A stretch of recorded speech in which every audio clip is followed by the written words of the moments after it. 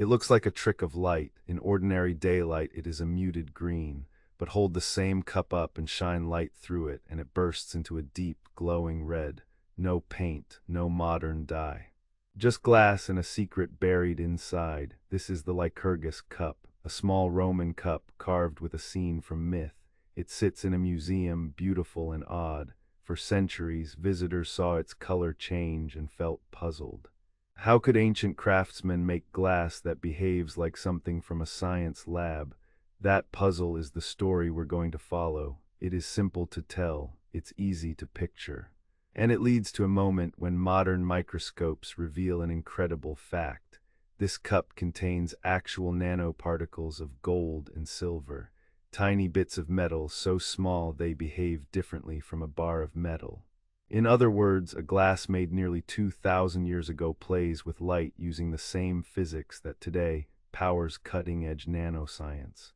Why does this matter? Because it turns a pretty object into a glimpse of lost skill. It makes you ask, did these craftsmen know exactly what they were doing? Or did they stumble on something beautiful and keep the method secret? And what does it mean for how we think about ancient technology?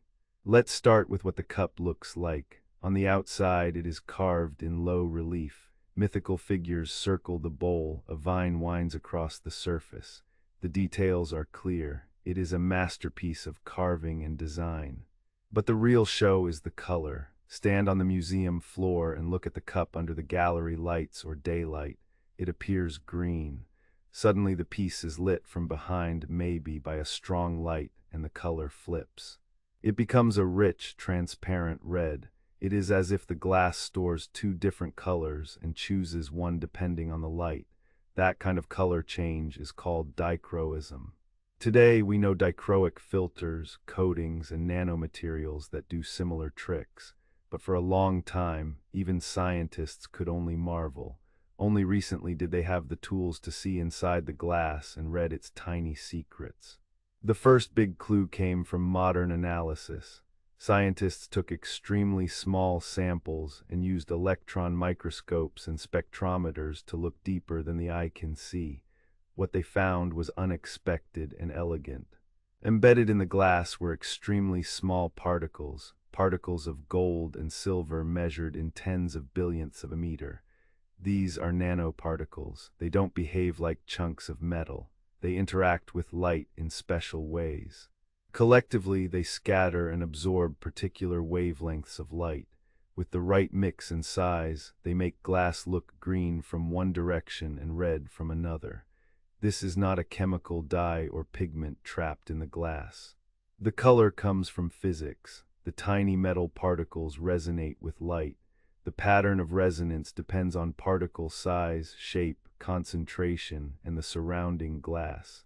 When light comes from the front, shorter wavelengths dominate what we see and the cup looks green. When light passes through from the back, the resonance shifts and the transmitted light looks red. It's astonishing, but the measurements line up. The nanoparticles inside the Lycurgus cup have the exact sizes and mix to make this happen. So how did those nanoparticles get there? That's where things get interesting.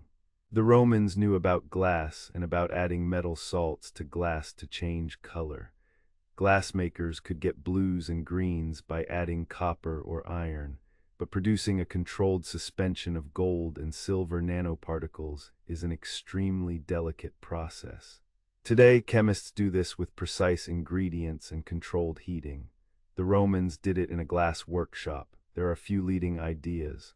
One is that Roman glassworkers intentionally added tiny amounts of gold and silver compounds and then reheated the glass in a reducing atmosphere.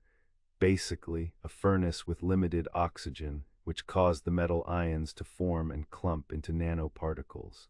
Another idea is that they used certain minerals, metal filings, or special powders that, under heat and time, produced the nanoparticles as a kind of byproduct. A third idea is that the effect might have been discovered by accident, then refined by skilled hands. We don't have a smoking gun. No surviving recipe scroll tells us step by step, but we do have evidence. Archaeological finds show fragments of glass from the same period with similar optical effects. We have analysis showing the exact metals, and the sizes match the optical behavior, and crucially, the cup's makers had the tools. Glass furnaces, colored glass techniques, and a tradition of fine metalwork. The Romans were expert craftsmen. It's not far-fetched to imagine they could have learned this through trial and error. Another surprising detail is how the cup was made. The Lycurgus Cup is a form called a cage cup, a decorated inner cup carved from a single piece and surrounded by a thin outer shell. The carving is incredibly delicate. The makers cut through layers of glass to reveal the design. That requires technical mastery on its own. So you have two levels of skill, the art of fine carving and the chemistry of colored glass. Put them together and the result is extraordinary. Now imagine being the person who first noticed the color change. You pick up a cup, you lift it to drink, and the color flips. It would look like magic, but magic aside, this was probably a luxury object. The mixture of gold and silver in the glass would have been expensive. The cup may have been owned by someone very rich, maybe used as a display piece. Its physical beauty matched a social role, to amaze guests and show status. As modern scientists studied the cup, they were drawn deeper into the tiny world inside. High-powered microscopes revealed not just a few particles, but a complex distribution. The nanoparticles are not all the same size. Some are small, some bigger, some are clustered. That variety is part of the trick because different sizes interact with light in different ways. The combination gives the dramatic color change. Scientists also compared the Lycurgus Cup to modern nanotechnology.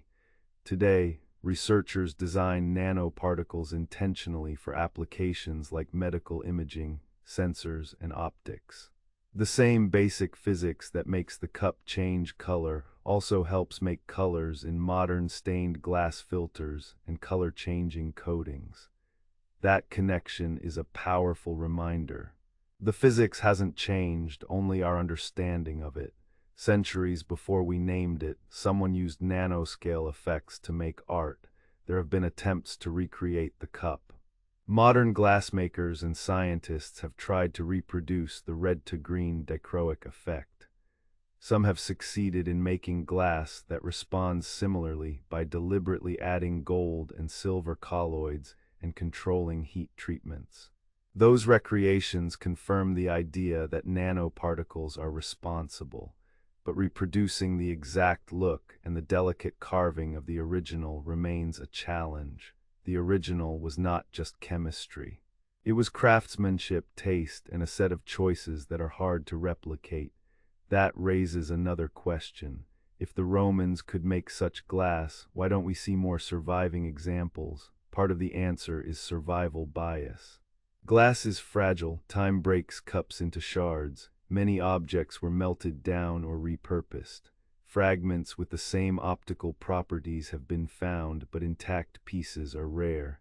The Lycurgus Cup survived almost by miracle. We should also be careful about assumptions. Some have called this ancient nanotechnology as a catchy phrase. That's fair as a description, but it can be misleading if taken to mean the Romans understood nanoparticles the way modern scientists do. The evidence suggests they understood recipes and conditions that produced the effect. They likely did not know about atoms or nanometers. Still, by repeating techniques, they could create the same physical outcome. That is a kind of practical knowledge and empirical mastery of materials. The story takes another twist when you consider color in ancient times. Color had symbolic meaning. Precious colors cost more to produce. Red could suggest power or luxury. A cup that glows red when lit could have been deliberately designed to dazzle. So maybe the effect was not an accident at all, but a sought-after feature. There are also lessons about how modern science approaches ancient objects. For a long time, people assumed the cup's color was due to a pigment or dye. Only with advanced tools did researchers prove otherwise. This process reminds us to test assumptions and to look closely. Ancient objects can hide modern surprises, but only if we are patient enough to look. The climax of our story is the moment when the microscope and light line up and reveal the truth. Small particles of gold and silver, each tens of nanometers across, lie enslaved inside a matrix of glass. Together, they choreograph a dance with light. The cup becomes a device, simple in form but complex in physics. It is art and science at once. Imagine holding the cup. Imagine the color flipping. Imagine the knowledge that a tiny world of metal particles deep inside is responsible. That is a moment that connects the ancient past to modern laboratories. It shows that human curiosity and skill are older than our technical language. So what do we take away? First, that ancient craftsmen achieved more than we often credit them for. They tested materials and learned from practice. Second, that beauty and technology were intertwined.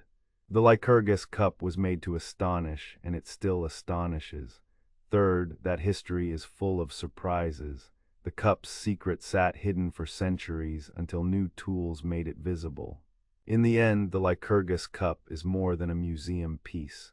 It is a reminder that human beings have long been experimenting at scales we once thought were out of reach. The cup doesn't rewrite history. It doesn't prove lost advanced science. But it does show that ancient hands could nudge matter in subtle ways and create something that still makes us stop and ask, how did they do that? The cup keeps its secret. We can scrape the surface with microscopes and recreate the physics in a lab, but the exact steps the original maker used remain part experiment, part skill, and part mystery. That blend is what makes the story so satisfying. It feels close enough to touch but distant enough to wonder. Next time you see a simple object and think you understand it, remember the Lycurgus Cup. Look again. What seems ordinary may contain a hidden world, and sometimes that hidden world is nothing more mysterious than a beautiful trick of light, crafted by hands long gone but still brilliant enough to surprise us today.